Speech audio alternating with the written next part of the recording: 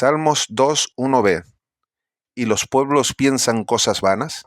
Los gentiles y el pueblo de Israel. Dos pueblos divididos y enemigos entre sí, unidos contra Jesús. Los cristianos del primer siglo que oraron a Dios en comunión en la oración que se recoge en Hechos 4, no tenían ninguna duda de que esta oposición no es más que una cosa vana. En la actualidad, este levantamiento persiste. Religiones de hombres, ideologías, filosofías maliciosas y teorías pseudocientíficas son el resultado de esta oposición que se manifiesta en palabras y acciones, siendo el pensamiento el terreno propicio que anima a las personas a vivir su rebeldía contra Cristo. En el presente, con Cristo ascendido y sentado en su trono, esta rebeldía se manifiesta contra su iglesia. Primera de Pedro 2:9 dice: Mas vosotros sois linaje escogido, real sacerdocio, nación santa, pueblo adquirido por Dios, para que anunciéis las virtudes de aquel que os llamó de las tinieblas a la luz admirable. Recuerda que esta es una exhortación de Pedro a los creyentes que sufren persecución en el exilio, una realidad que también compartimos en la actualidad. Bendito sea el nombre de Dios. Salmos 2:2. Se levantarán los reyes de la tierra y príncipes consultarán unidos.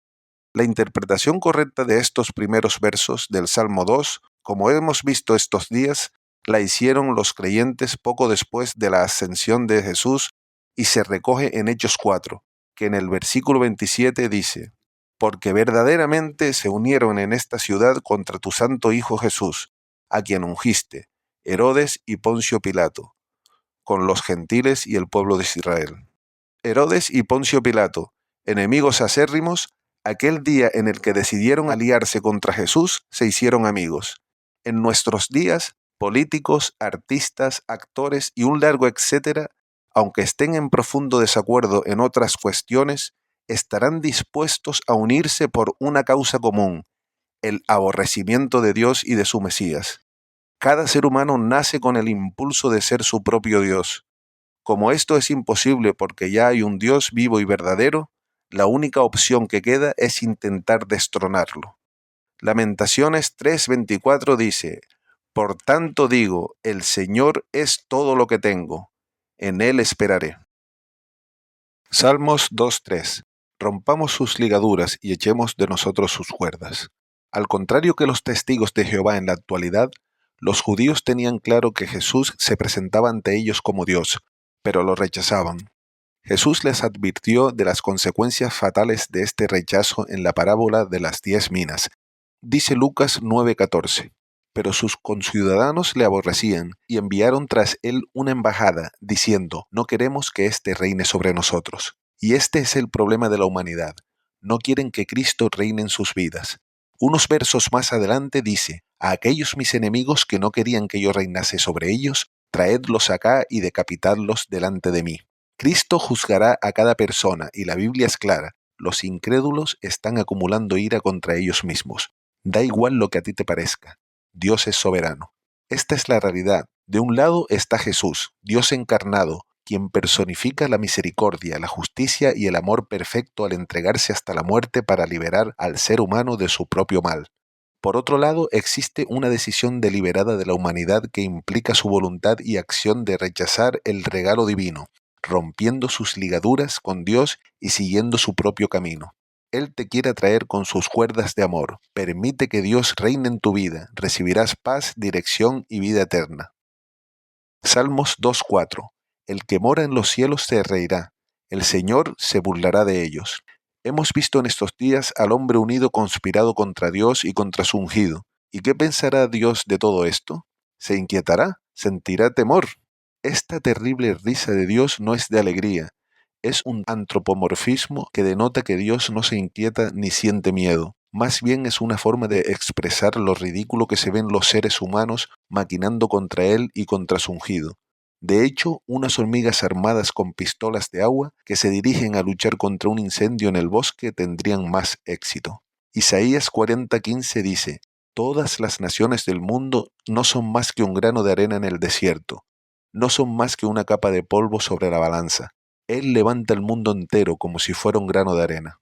Salmo 113:4 dice: Excelso sobre todas las naciones es Jehová, sobre los cielos su gloria. Salmos 2:5. Luego hablará a ellos en su furor, y los turbará con su ira. Juan 3:36 dice: El que cree en el Hijo tiene vida eterna, pero el que rehúsa creer en el Hijo no verá la vida, sino que la ira de Dios está sobre él. El pecado provoca la ira de Dios, pero Él, que es paciente, en su infinita misericordia ha enviado a su Hijo a morir para pagar nuestra culpa. Por eso, al observar el rechazo de su ungido y la sublevación del ser humano contra Él, se ríe como vimos ayer, siendo esta risa un antropomorfismo que muestra que Dios no se inquieta ni tiene miedo del hombre. Después de reírse por semejante ridiculez, habla en su furor y muestra su ira. Ninguna persona que haya caminado sobre la tierra persistiendo en esta rebelión se quedará sin el descubrimiento de la terrible ira de Dios desatada sobre sí mismo. Romanos 14:11 dice: Porque escrito está: Vivo yo, dice Jehová, que ante mí se doblará toda rodilla, y toda lengua confesará a Dios. Salmos 2:6. Pero yo he puesto mi rey sobre Sión, mi santo monte. Apocalipsis 19:16 dice: Y en su vestidura y en su muslo tiene escrito este nombre: Rey de reyes y Señor de señores.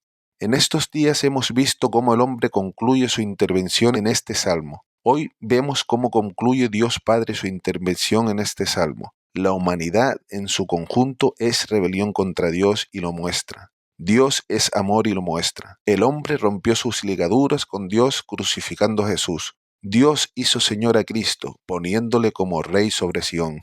Hechos 2:36 dice: Sepa, pues, ciertísimamente toda la casa de Israel, que a este Jesús a quien vosotros crucificasteis, Dios le ha hecho Señor y Cristo.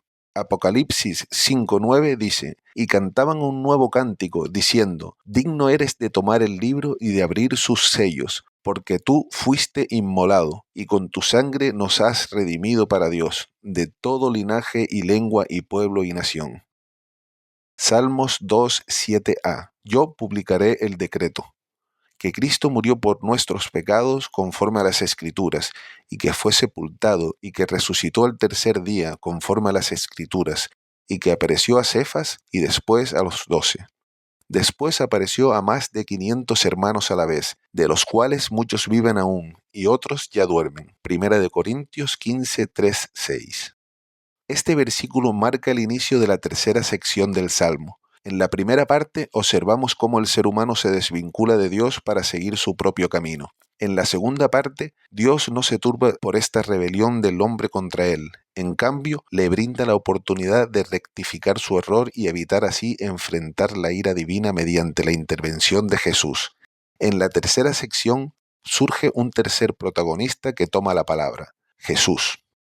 Dios, desde su trono, está ejecutando su plan soberano de redención en beneficio de la humanidad, y Jesús es el encargado de publicar este decreto. Su nacimiento, vida, obras, muerte, resurrección y ascensión no se hizo en secreto, se hizo de forma pública, evidenciando así el cumplimiento visible de este plan divino.